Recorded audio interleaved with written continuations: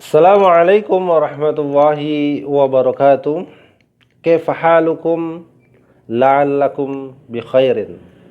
Apa kabar teman-teman? Pada hari ini semoga teman-teman dalam keadaan baik.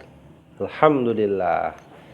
Jadi teman-teman ya, sebelum kita mulai pada pelajaran kita hari ini ya, ada satu peribahasa ya, katanya tak kenal maka tak sayang ya. Maka mungkin sebagian teman-teman baru ada yang pernah melihat saya di sini, masya Allah ya. Namanya siapa sih, Jet? Ya, nama saya siapa ya? Oh iya, nama saya ya Ahmad Fauzi ya. Teman-teman biasa memanggil ya ini Ustadz Ahmad. Jadi ntar kalau ketemu bisa panggil Ahmad, ya bisa dipanggil Ustadz Ahmad ya. Jadi teman-teman kalau ketemu di jalan atau di mana, silahkan nggak apa-apa menyapa ya, itu lebih baik. Kemudian teman-teman langsung saja ya untuk menyingkat waktunya. Hari ini kita akan membahas salah satu buku yang teman-teman pegang ya, Akidah dan Akhlak. Yang pertama teman-teman, akidah itu ibaratnya itu seperti sebuah pohon. Ya, teman-teman pernah lihat pohon? Ya, bisa di belakang rumah kita atau di depan rumah kita juga kadang ada kan? Iya. Ya, teman-teman, itulah akidah seperti itu. Jadi akidah itu seperti apa? Pohon, terutama akarnya. Ya, kalau akarnya itu bagus, maka batangnya bagus, rantingnya bagus, kemudian daunnya bagus, bahkan kalau pohon yang berbuah itu buahnya bagus. Ya. Jadi ibarat kata akar dalam pohon, itulah akidah. Tidak kelihatan tapi nampak pengaruh daripada kebaikan akar itu tadi ya. Makanya kalau seandainya ada seseorang yang akidahnya bagus, akidahnya baik, akidahnya sahih, maka terpancar daripada akhlak yang baik ya. Kemudian kalau kita lihat bangunan rumah kita ya, itu akidah itu seperti pondasi ya. Mungkin teman-teman nggak pernah lihat, tapi ada sebagian mungkin teman-teman kalau membangun rumah kita tuh ada di dalam tanah itu ada kuburan batu dan sebagainya yang dikubur. Nah, itu namanya pondasi. Pondasi nggak kelihatan, tapi kalau seandainya pondasinya itu rapuh, pondasinya lemah, maka bangunannya itu nggak kuat ya, kena goyang dikit apa gitu ntar apa temboknya itu pada retak gitu seperti itu ya. Apalagi kalau sudah bangunannya makin bertingkat, maka kalau pondasinya itu nggak bagus, nggak kokoh, maka akan cepat runtuh ya. Begitulah ibarat kata akidah dalam diri kita. Kalau akidah kita sikot, akidah kita kuat, maka seluruh apa yang menjadi rangkuman dalam ibadah kita itu akan menjadi lebih sikot, lebih kuat. Jadi teman-teman, kemudian setelah itu kita akan lihat dengan namanya akhlak ya. Kenapa akidah digabungkan dengan akhlak? Ini sebagaimana sabda Nabi Shallallahu Alaihi Wasallam dalam hadis yang diriwayatkan Imam At-Tirmidzi. Apa kata Rasulullah Shallallahu Alaihi Wasallam? Beliau sabdakan, akmalul mu'mininan imanan ya. Orang yang paling sempurna imannya ya, akidahnya adalah ahsanuhum khuluqan, yaitu orang yang paling baik akhlaknya ya. Jadi kita belajar akidah kemudian pasti akan didampingi dengan akhlak yang baik.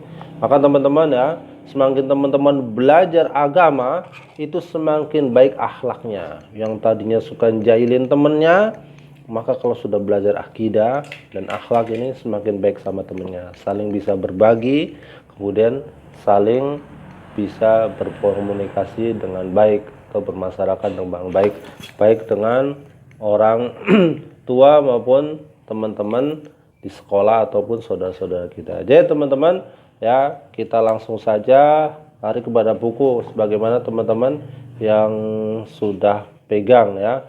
Yang belum pegang harap diambil di reguler ya, kelas reguler.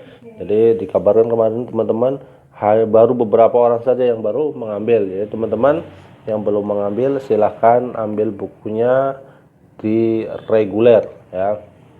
Sehingga apa? Kalau teman-teman sudah pegang bukunya, maka teman-teman bisa membaca sendiri yang sudah bisa baca. Kalau yang belum, maka insya Allah akan dibantu sama guru-guru yang lain untuk bisa membaca. Sehingga teman-teman bisa muroja atau belajar sendiri di rumah ya, untuk lebih menguatkan teman-teman. Ya teman-teman, kita langsung buka saja pelajaran kita hari ini insya Allah.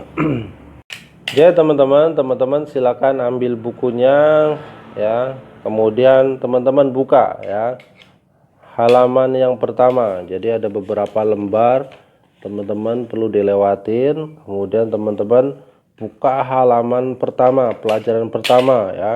Bisa dilihat itu seperti itu contohnya, yaitu apa materinya pelajaran pertama. Ini ya pelajaran pertama, pelajaran pertama atau ke-1, yaitu kalimat syahadat ya.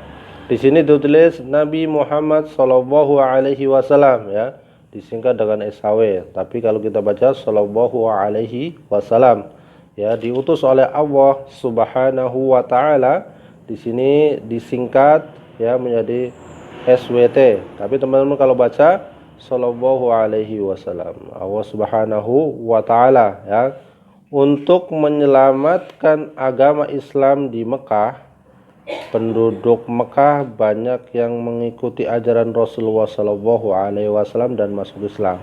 Jadi teman-teman, dulu Nabi kita Muhammad Shallallahu Alaihi Wasallam itu pertama kali itu dakwahnya di Mekah ya, karena beliau lahir di sana. Jadi pertama dakwah dulu di Mekah ya, kemudian banyak orang Mekah yang masuk Islam ya. Kemudian orang-orang yang ingin masuk Islam harus mengucapkan 2 kalimat syahadat ya.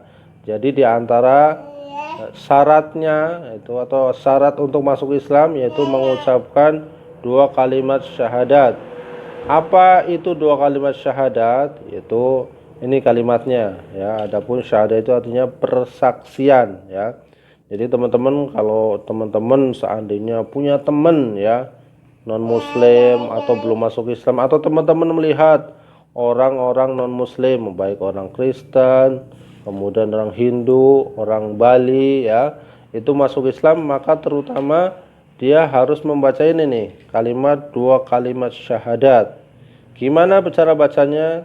Yuk kita sama-sama bareng mengucapkannya ya. Ini dia, bismillahirrahmanirrahim.